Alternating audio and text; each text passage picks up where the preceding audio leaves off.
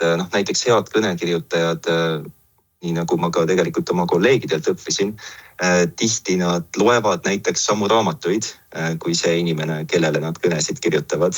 Et olgu need näiteks mõned lemmikraamatud juba pika aja tagant, aga ka igapäevaselt, et see inimene, keda sa toetad, kellele sa valmistad ette kõnede mustandid, muidugi inimesed ise viimistlevad neid alati enne, kui nad need ette kannavad. Kas oled mõelnud minna välismaale õppima?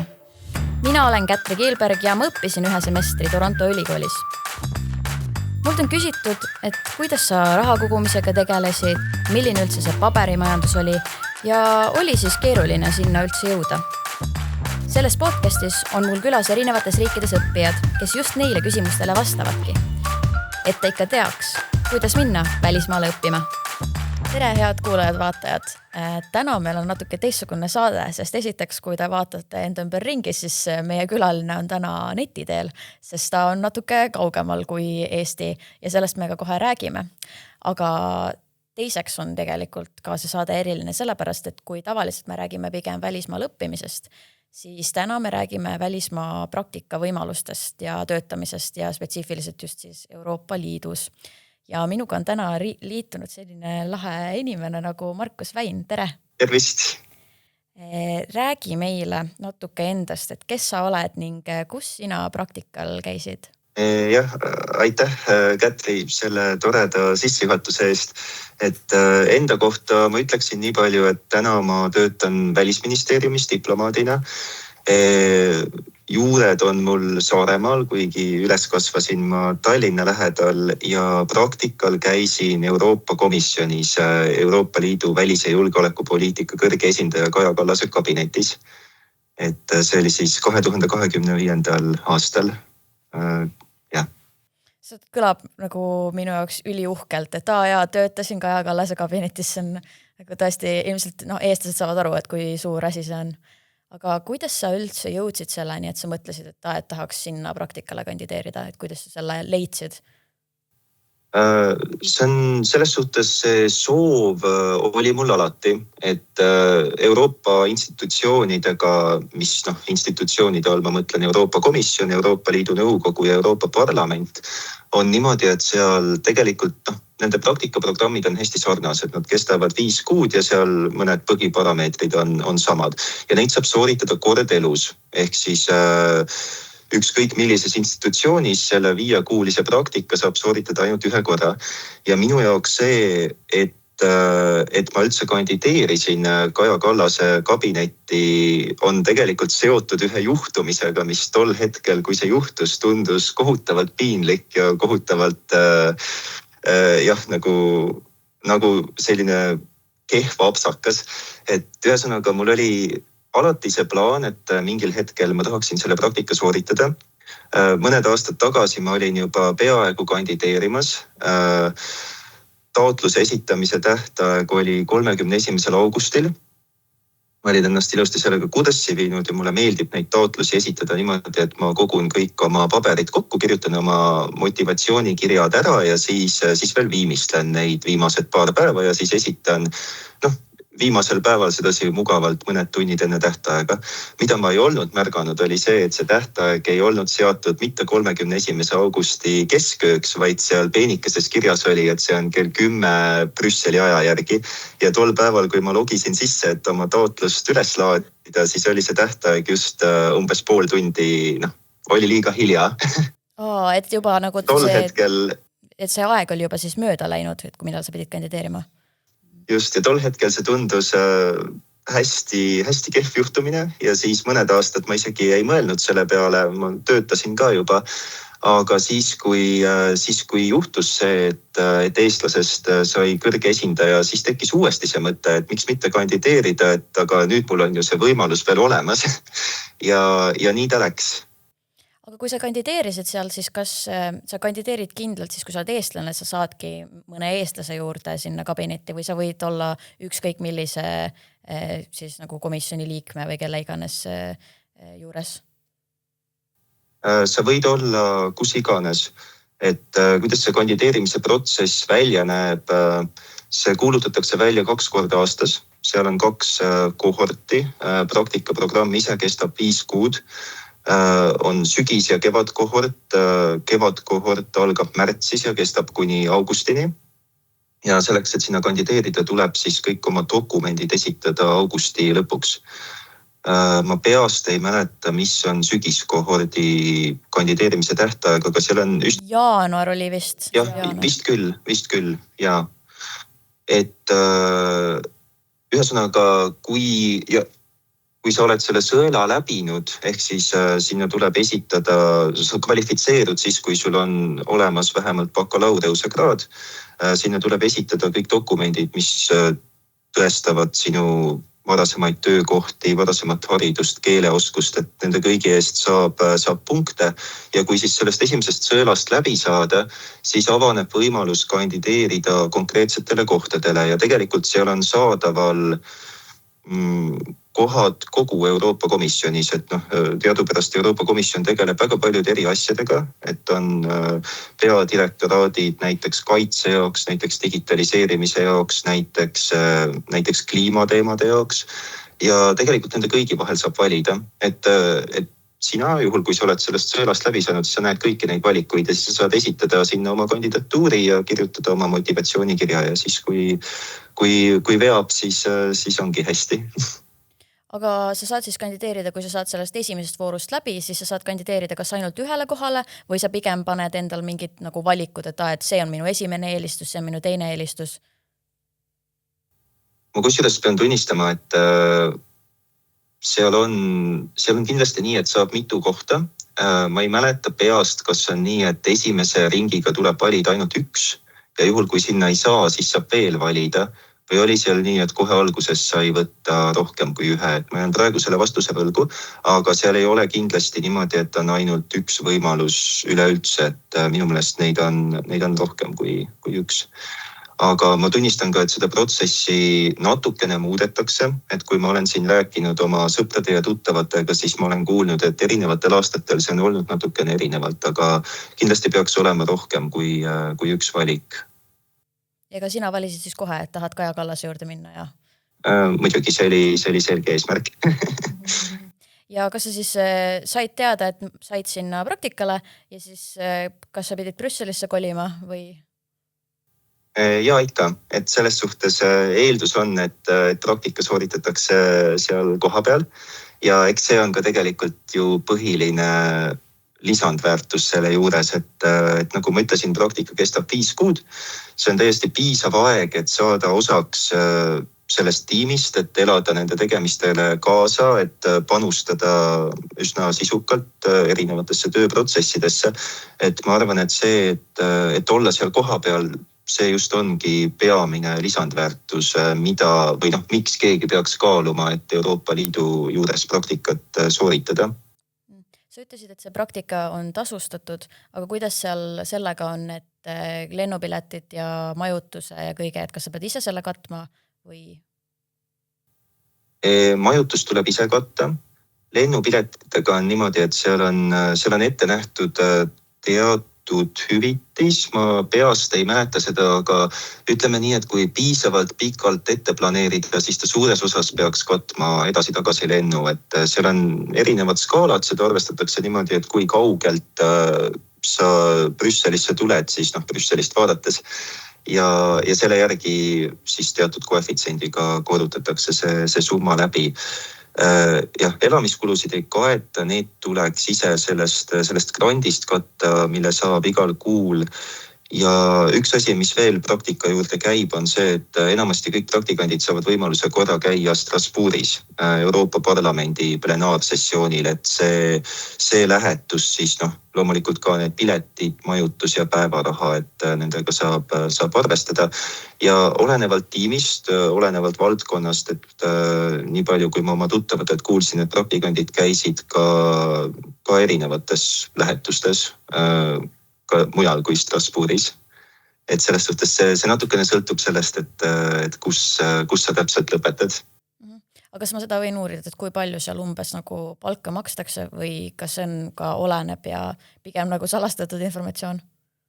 Ei, see on täitsa avalik info. See on kõigile praktikantidele üpris samamoodi. Seda igal aastal natukene arvestatakse ümber lähtuvalt elukallidusest ja nii edasi, see peaks olema suurusjärgus 1500 eurot kuus. Mis ei ole suur summa tänapäeva Brüsselis elamiseks, aga see on kindlasti parem kui mitte midagi. Ja selles mõttes praktika jaoks nagu hästi, sellepärast, et tänapäeval ikkagi siiani eeldatakse tihti praktikast nagu, et saad tasuta, aga maksame sulle kogemuses. Just, mis eriti välismaal praktika sooritamise puhul minu arvates ikkagi on välistav faktor väga paljude inimeste jaoks ja sellest on kahju, et selles suhtes ma arvan, et see on väga tore, et see on tasustatud. Et see, ma arvan, see avab uksi rohkem inimestele. Kui me räägime nüüd sellest praktikast endast, siis ma saan aru, et olenevalt sellest, kuhu sa satud, sa pead ilmselt tegema väga erinevaid asju. Aga milline see praktika üldiselt sinu jaoks välja nägi, et mis olid sinu igapäevased ülesanded või mis olid sellised suuremad asjad, mida sa tegema pidid? Minu jaoks kohe alguses kõige toredam asi selle praktika puhul oli see, et ma sain osaleda kõigil tiimi koosolekutel. Ehk siis kõik põhilised koosolekud, kus arutati parasjagu käimas olevaid, parasjagu laual olevaid asju, et see juba iseeneses oli minu jaoks tohutult väärtuslik kogemus, sellepärast et nagu sa isegi alguses ütlesid, et ega see on tegelikult väga suur võimalus, mida naljalt ei teki, et olla ka seal kõikide nende sündmuste keskel ja saada see laiem pilt kogemuse mõttes ja tegelikult kui me mõtleme ka tagasi sellele ajale, mina olin siis 2025. aasta esimene kohort, alustasin kevadel ehk siis märtsist augustini. Ma olin ühtlasi tegelikult ka esimene praktikant üldse selles kabinetis, sest et minu siis kohort oligi esimene nii-öelda uues komisjonis ehk siis Ursula von der Leyeni teises komisjonis. Et selle aja sisse mahtus väga murrangulisi sündmusi päris palju. Et meil oli näiteks NATO tippkohtumine, meil oli kriis Lähis-Idas, mis süvenes nende kuude jooksul.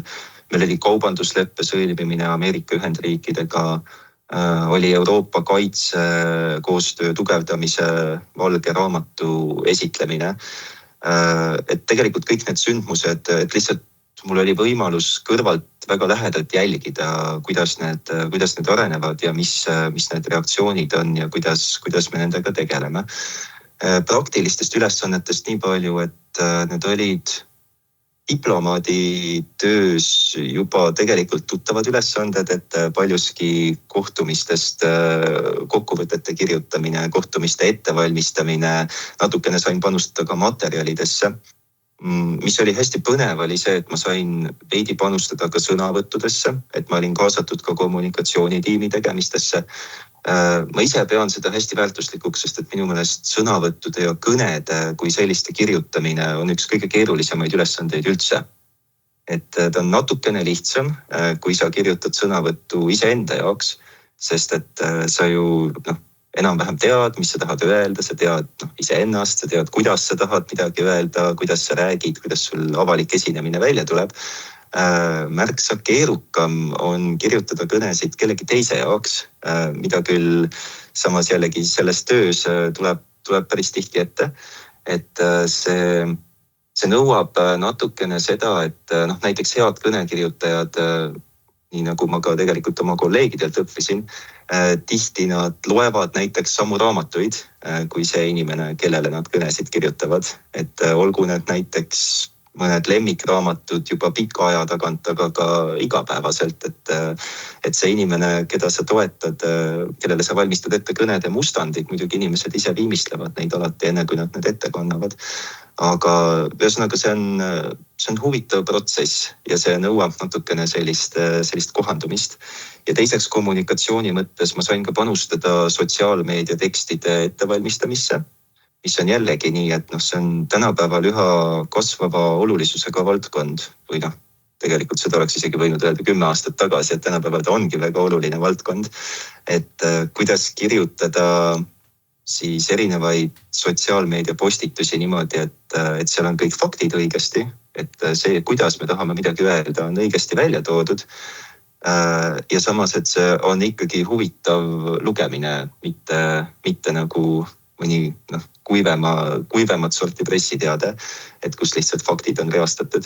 Et see on omaette väljakutse ja sellega oli väga-väga põnev tegeleda. Ma arvan, et see oli see kõige väärtuslikum kogemus, mille ma sain. Aga kui me mõtleme sellele, et kuidas sa üldse sinna Brüsselisse nagu kohale jõudsid, et sa ilmselt pidid kõigepealt nagu sa ütlesid, et sa pidid majutus ise leidma, on ju? Et kuidas sul sellega läks? Sest ma olen tihti kuulnud, et kui noored kolivad välismaale, siis juhtub seda olema, et nad saavad petta või et ei leia üldse korterit, mõtlevad, et peavad kuskil nagu pingil magama, et kuidas sul sellega läks? See, ütleme nii, et sõprade kaudu selles suhtes, et mul oli tuttavaid, kes olid juba varem seda praktikat sooritanud ja tegelikult nende kaudu, et on erinevaid platvorme. Mõtlen, mul ei tule praegu meelde selle platvormi nimi, mida ma kasutasin, aga tegu oli ühe rakendusega, mille kogu mõte oligi selles, et need korterid või need toad või need eluruumid, mida seal renditakse, et see rakendus garanteerib, et need on olemas. Ja see rakendus on siis nagu aus vahendaja, kellele sa maksad oma esimese kuu üüri ja tagatisraha ja ta hoiab neid siis enda käes nii kaua, kuni sa oled ilusti Brüsselisse kohale jõudnud ja ilusti kinnitanud, et ma olen nagu oma korterisse, ma olen võtmed saanud ja see korter on olemas ja ma olen siin sees, eks ole, et sa saad selle linnukese teha ja siis see tehing nagu liigub edasi. Et selliseid lahendusi on ja ma arvan, et need on väga kasulikud ja eks nii peabki, sest et natukene oli küll see tunne, ma mäletan seda stressi, kui ma otsisin neid kohti ja siis mõtledki, et ma ise olen Tallinnas, mul ei ole erilisi võimalusi kontrollida, et mis seisukorras see korter on, kas ta üldse olemas on, kuidas see välja näeb. Et õnneks sellised lahendused on olemas ja siis kõige parem ongi see, kui on keegi, kes on juba sama asja läbi teinud ja siis ta oskab sind juhatada. Et selles suhtes tasub inimestega rääkida ja Brüssel õnneks on ka suhteliselt lihtne koht. Selles mõttes, et seal ikkagi eestlasi on palju eestlasi, kes on sarnaseid programme teinud, et ühesõnaga leiab inimesi, kes saavad jagada kogemust. Ja muidugi on olemas ka erinevad sotsiaalmeediagrupid, et minu meelest isegi näiteks eestlased Brüsselis seal päris tihti jagatakse erinevaid üürimisvõimalusi. Et see tasub jälgida. Aga sul töö oli siis, ma eeldan, esmaspäevast reedeni või kas sa olid nagu kogu aeg tööl? Esmaspäevast reedeni? Jaa. Ja mis sa siis nädalavahetustel tegid? Ilmselt nagu see praktikaelu on natuke teine, kui seda on mingi ülikooli elu, et ülikoolis tihti nädalavahetustel, ma ei tea, käiakse pidutsemas, käiakse sõpradega väljas. Mida sina seal vabal ajal tegid? Ütleme nii, et praktika kõrvalt jõuab ka kõike seda teha. Võib-olla natukene vähem kui ülikooli kõrvalt ja võib-olla ma ise olin ka juba sellises vanuses, et võib-olla ei tahtnudki nii palju, aga Brüssel see on tegelikult ka üks huvitav asi, mille ma avastasin selle praktika jooksul, et Brüssel on mulle alati tundunud nagu selline töökeskne linn, et linn, kus inimesed käivad peamiselt kontoris tööd tegemas ja mis seal suurt muud ikka toimub. Aga ma eksisin väga palju ja olen väga õnnelik selle üle, et ma eksisin, sest et tegelikult ta on väga omapärane keskkond, et öeldakse, et Brüsselis peaaegu enamik inimesi või pooled inimesed on seal ajutiselt, et kuna seal on nii palju rahvusvahelisi organisatsioone, Euroopa Liit on see vaieldamatult neist kõige suurem, aga on ju ka NATO peakorter ja on palju erinevaid ettevõtteid, MTÜ-sid ja nii edasi, et siis seal on tohutult rahvusvaheline seltskond. Ja see, mida see võimaldab, mida ma jällegi, mis tihti on teema siis, kui minna kuhugi välismaale, kas õppima, tööle, praktikale, et keeruline on vahel sellesse uude seltskonda või sellesse uude keskkonda sisse sulanduda, et see nõuab omalt poolt hästi suurt pingutust, tuleb olla hästi avatud, tuleb olla hästi sotsiaalselt palju panustada selleks, et sind omaks võetaks. Brüsselis, ma arvan, see lävend on palju madalam, sest et seal on täpselt nagu ma ütlesin, et enamik inimesi on seal ajutiselt, nad on kuskilt mujalt pärit. Ja selles suhtes see, kui palju tuttavaid sealt on võimalik leida ja kui erinevatest riikidest ja kui mitmekultuuriline see on, et ma arvan, see on omaette väärtus ja seal ka toimub väga palju, et on erinevate maade toidufestivalid, on kontserdid, on väga palju üritusi, mis täidavad nädalavahetused, et selles suhtes aja veetmise mõttes ühesõnaga, mul ei olnud kunagi sellist tunnet, et ma ärkan laupäeval üles ja mõtlen, et aga mis ma nüüd teen, et pigem oli kogu aeg see mure, et nädalavahetused olid planeeritud ja siis tuli veel mingeid sündmusi ja siis neid ei olnud kuhugi planeerida ja siis tuli valida, et kas ühe või teise vahel. Et selles suhtes seda muret kindlasti ei ole. Ja ma arvan, et see on ka teine väga suur lisandväärtus selle kogemuse juures ja miks ma seda kindlasti soovitaksin. See kogu nagu välismaal elamine ja see teistsugune linn ja kõik see kultuur ja kõik need üritused ilmselt. Just. Et see ja just see, et ta on väga omapärane. Ma arvan, et teist sellist kohta ei ole. Et võib-olla natukene sarnane võib olla ka Washington oma rahvusvahelisuse ja oma pärade poolest. Aga muidu ma arvan, et sarnast rahvusvahelisust kohtab ainult väga palju suuremates linnades. Et kui meil on 70 miljoni inimesega linnad, et siis seal paratamatult, aga sellises, Brüsselis on vist umbes 2 miljonit elanikku selles suuremas linnaalas, et sellises väikeses formaadis väga rahvusvaheline keskkond, et see on huvitav ja ainulaadne. Mis olid sinu kõige lahedamad olukorrad, praktikad või kõige lahedam olukord, sest ma mõtlen, et kui sa peaks nagu eputama, et vaadake, kui ägedaid asju ma tegin, et millest sa räägiks?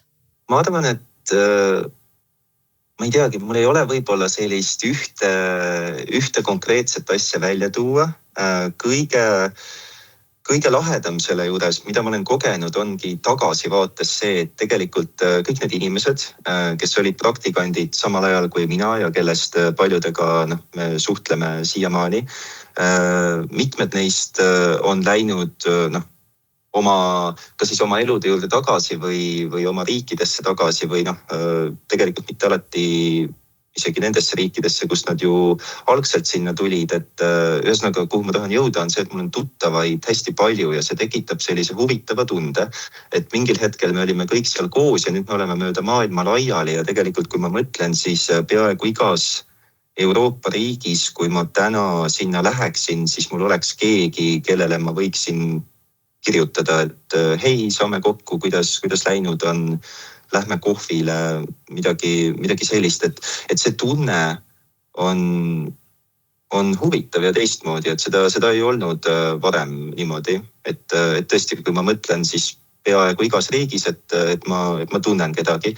Ja teine asi, et need inimesed on ka väga erinevatelt elualadelt, et komisjoni ei satu üldse ainult juura või poliitika või rahvusvaheliste suhete tudengid. Et on ka inimesi väga palju majanduse erialalt ja on ka üldse veel märksa huvitavamatest ja ootamatumatest eluvaldkondadest. Et selles suhtes see on kindlasti midagi, mida sa võib-olla kohe isegi ei märka, olles selle sees, aga hakates sellele tagasi mõtlema, siis see on hästi suur väärtus. Ja eputamise mõttes, paar korda mul avanes võimalus, kuna ma ise olen hästi aktiivne ja ma kindlasti soovitan seda ka teistele, kes peaksid minema või kellel peaks olema huvi ja kes peaksid ühel päeval leidma ennast Euroopa institutsioonidest, et üks asi, mis on veel Brüsseli kultuurile omane natukene, on see, et inimesed on hästi avatud minema sinuga lõunale, tegema lühikesi kohvikohtumisi, et see on midagi, mida tasub kasutada, sellepärast et see kuidagi asetub sellesse konteksti, et kuna nii nagu Euroopa Liit toimib, et hästi, meil on vaja erinevate institutsioonide vahel tasakaalu, meil on vaja, et liikmesriigid oleksid nõus ja parlament oleks nõus komisjoni seadusandlike ettepanekutega, et siis sellesse on kuidagi sisse kodeeritud see, et selleks, et võib-olla korraks astuda sellest rangest kontorikeskkonnast välja ja minna kuhugi kohvikusse ja arutada mingisuguseid siis päevakorral olevaid punkte, et see on justkui osa sellest töökultuurist seal ja ka praktikandina, sinult ühelt poolt isegi oodatakse seda ja inimesed on ka hästi vastutulelikud minu kogemuses, et praktikandina sul on see privileeg öelda, et sa tegeled nii huvitava teemaga, ma ei tea sellest mitte midagi. Et kas sa sooviksid või kas sul oleks võimalik, palun mulle natukene selgitada. Ja jah, tõesti minu kogemuses inimesed on selle hästi avatud ja võib-olla nimesid nimetamata, aga et kui natuke eputada, et mul õnnestus kohtuda mõne sellise inimesega, kellest ma ei oodanud, et mul see õnnestub ja see oli tõsiselt äge. Aga kui me räägime nagu halbadest asjadest, et kas sul oli ka mingeid kogemusi, kus oli siuke raske olukord või mingi probleem või et sa mõtlesid, et appi ma ei saa selle asjaga hakkama, et mul on liiga palju usaldatud? Niimoodi otseselt vist ei olnud. Ma mäletan, ma olin alguses natukene stressis või võib-olla isegi üsna palju nüüd tagasi vaadates tundub kõik nagu roosiline selles suhtes, et kuidas ühesõnaga igasuguse olme korraldamine, et see on ikkagi natukene teistmoodi. Üks asi on see elamispinna leidmine, siis on see, et sa eelarve raamides püsiksid, siis ühesõnaga kõik sellised asjad, et alguses see sisseelamine võib ikka keeruline olla. Ja mingil hetkel mul tekkis ka see mure, et kuna see kõik on hästi aktiivne, et on need asjad, mida saab teha töö juures, on need asjad, mida saab teha teiste praktikantidega koos, siis tekivad ka sõbrad ja tuttavad nagu üldse sellest mullist võib-olla väljas, kellega tahaks kokku saada ja teha erinevaid asju. Et mingil hetkel, ma mäletan, ma jäin hästi haigeks, et ma olin paar nädalat täitsa siruli ja siis mul oli see tunne, et ma jään nii paljudest asjadest ilma. Ja siis ma mõtlesin, et pagan küll, et kui ainult tervis välja veaks, et seal on nagu natukene vaja ka ja samas jällegi väga kasulik kogemus, et oligi uus keskkond ja võib-olla ma rabelesin liiga palju mingitel nädalatel. Aga ma mäletan jah, et sel hetkel, kui mul oli juba teine nädal ja ma olin ikka nagu voodis pikali kodus ja palavik ei tahtnud ära minna, siis ma küll mõtlesin, et heldeke, mis nüüd saab. Aga õnneks üsna varsti pärast seda saigi kõik korda. Mure ei olnud selles, et mida ma küll teen, vaid mure oli selles, et appi ma jään kõigest ilma, sest tegelikult oli nii palju lahedaid asju. Just, et see oli selline, nagu öeldakse, hirm ilmajäämise või hirm kõrvale jäämise ees, sest et jah, et ma olin mai keskel olin üsna pikalt haige. Aga kui me mõtleme laiemalt Euroopa Liidus nendele praktikavõimalustele ja töövõimalustele, et kas oskad ka suunata kuidagi, et mis võimalusi veel võib olla? Jaa. Nagu ma juba põgusalt mainisin, et nii parlamendil kui ka Euroopa Liidu nõukogul on sarnased praktikaprogrammid. Ma arvan, et komisjon, kuna ta on kõige suurem ja ta peab olema oma valdkondade ekspert, et need valdkonnad, kus komisjon saab teha seadusandlikke ettepanekuid, mis on Euroopa Liidu kompetentsides, need on kõige laiemad, et selles suhtes need komisjoni ettepanekud, need liiguvad nõukogusse ja parlamenti, kus neid arutatakse siis sellel tasemel. Et ma arvan, selles suhtes komisjonis on kõige rohkem kohti, see võib pakkuda huvi kõige rohkem erinevamatelt elualadelt pärinevatele inimestele. Samas väga huvitavad dünaamikad on ka nõukogu aruteludes, kus käivad koos liikmesriikide ministrid, kes peavad nende siis seadusettepanekutega nõustuma ja muidugi ka parlamendis, kus on esindatud siis poliitilised parteid. Et see kõik, ma ütleks, on üks plokk. Need on need 5-kuulised praktikaprogrammid, kuhu kindlasti nagu ma ütlesin, et iga Euroopa Liidu kodanik saab korra elus mõne neist sooritada, et ma kindlasti soovitan proovida. Et sellest avaneb väga palju erinevaid võimalusi, et ainus perspektiiv ei ole ka edasi minna Euroopa Liidu institutsioonidesse. Tegelikult selle kogemusega on väga palju teha nii eraettevõtluses kui ka miks mitte näiteks vabakonnas. Ja loomulikult avalikus sektoris, et see ikkagi, seda ei saa õpetada niimoodi seda tunnetust, mis tekib seal koha peal, et kui sa oledki oma tiimi tegemistes, et tekkisid mõned sõbrad ka, kes olid väga erinevates kohtades komisjonis, et see dünaamika on hästi erinev. meie kõrge esindaja kabinetis ilmselgelt see tiim peamiselt tegeleb terve Euroopa Liidu välispoliitika masinavärgi koordineerimisega ja selle nägemine lähedalt on see kõige suurem väärtus. Samas oletame, et sa satud praktikandina näiteks tiimi, mis tegeleb näiteks digiregulatsioonide, mingi spetsiifilise komponendiga, olgu need näiteks andmed või olgu see, kuidas andmeside tehniliselt on korraldatud.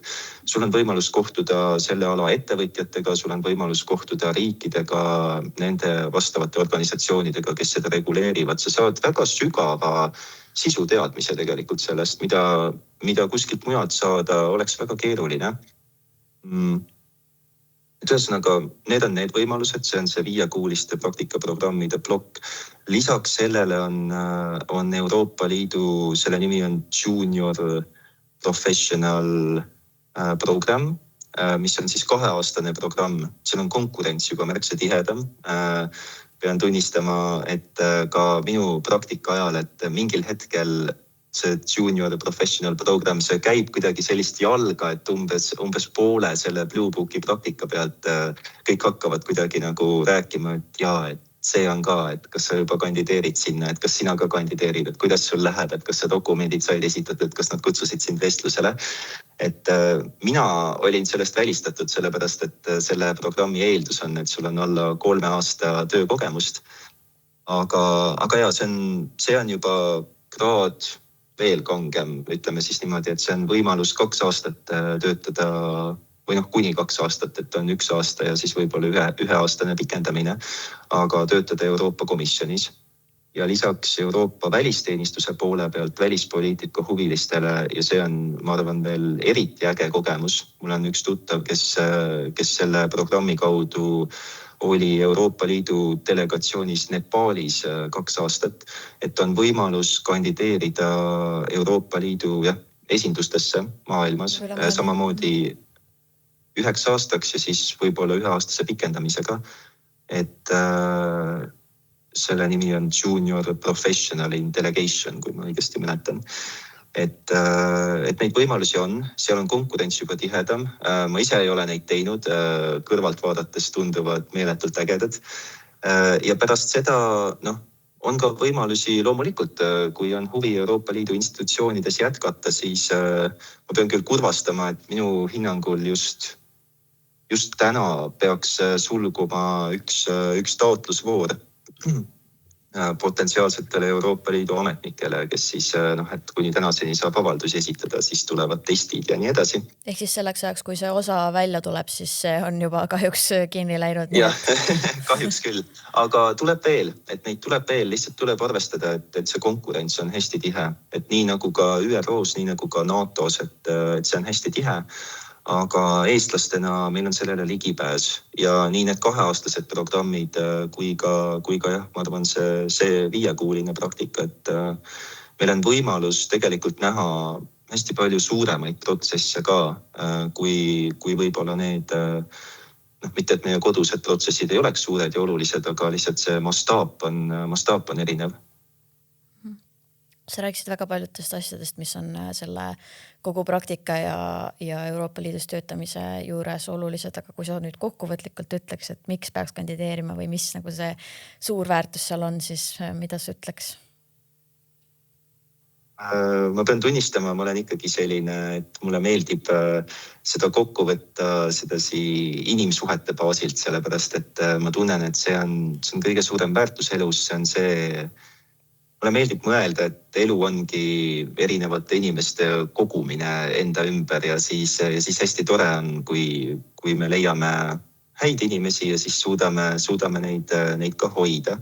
Et ma arvan, et kõige suurem väärtus on ikkagi see, et sa saad nii paljude põnevate inimestega tuttavaks, olgu institutsioonides, olgu mis tahes elualadelt, et Brüssel ta on natukene omapärane mull, mõnedele võib see meeldida, mõnedele natukene vähem, aga seal on tohutult palju rahvusvahelisust ja ma arvan, et on vähe linnu maailmas, kus on niivõrd lihtne suhelda niivõrd erinevatest rahvustest inimestega ja nad on nii avatud ja see tõesti see on lihtne ja see on põnev ja seda tasub just sellepärast teha, ma arvan. Ja teiselt poolt ka selline intiimsem tunnetus sellest, et kuidas me Euroopa Liidu ja sellise Euroopa perekonnana selles suures ja muutuvas maailmas oma teed kaardistame. Et mulle meeldib see ütlus, et Euroopa Liit koosneb väikestest riikidest, lihtsalt kõik neist ei ole veel lõpuni aru saanud, kui väikesed nad on. aga me tasapisi jõuame sinna ja tegelikult see on tore, et me teeme üha rohkem koostööd ja seda ka kõrvalt näha ja selle sees olla jällegi. Et ma võtaks selle niimoodi kokku, et ühelt poolt Euroopa Liit ja teiselt poolt siis need inimesed tema sees. Kui mõni meie kuulaja tahab rohkem teada saada selle kogu praktika võimaluste kohta, siis kus nad peaksid uurima või kellega nad peaks rääkima või kuidas nad sinu kätte saavad? Minuga võib ka ühendust võtta, et ma olen täitsa leitav oma nimega ja olemas enamikul sotsiaalmeedia platvormidel. Laiemalt, kui guugeldada, siis tegelikult on nii komisjoni praktika kui ka parlamendi kui ka Euroopa Liidu Nõukogu praktika kohta päris head infolehed, kus on väga ilusti kirjas, et mida peab tegema. Kui tahta sisuliselt rohkem infot, alati võib küsida Euroopa Komisjoni Eesti esindusest. Et nemad ongi siis selliseks, et komisjonil on igas liikmesriigis esindused ja nende roll ongi olla selline uksehoidja või infovärav selliste kõige juurde tegelikult, mis puudutab Euroopa Liitu. Et jah, neid võimalusi on erinevaid, et võib kas või mulle kirjutada, tõesti. Aitäh siia podcasti tulemast. Suur aitäh kutsumast. Väga tore oli. Ja aitäh kuulajatele ja näeme juba järgmises episoodis. Tšau!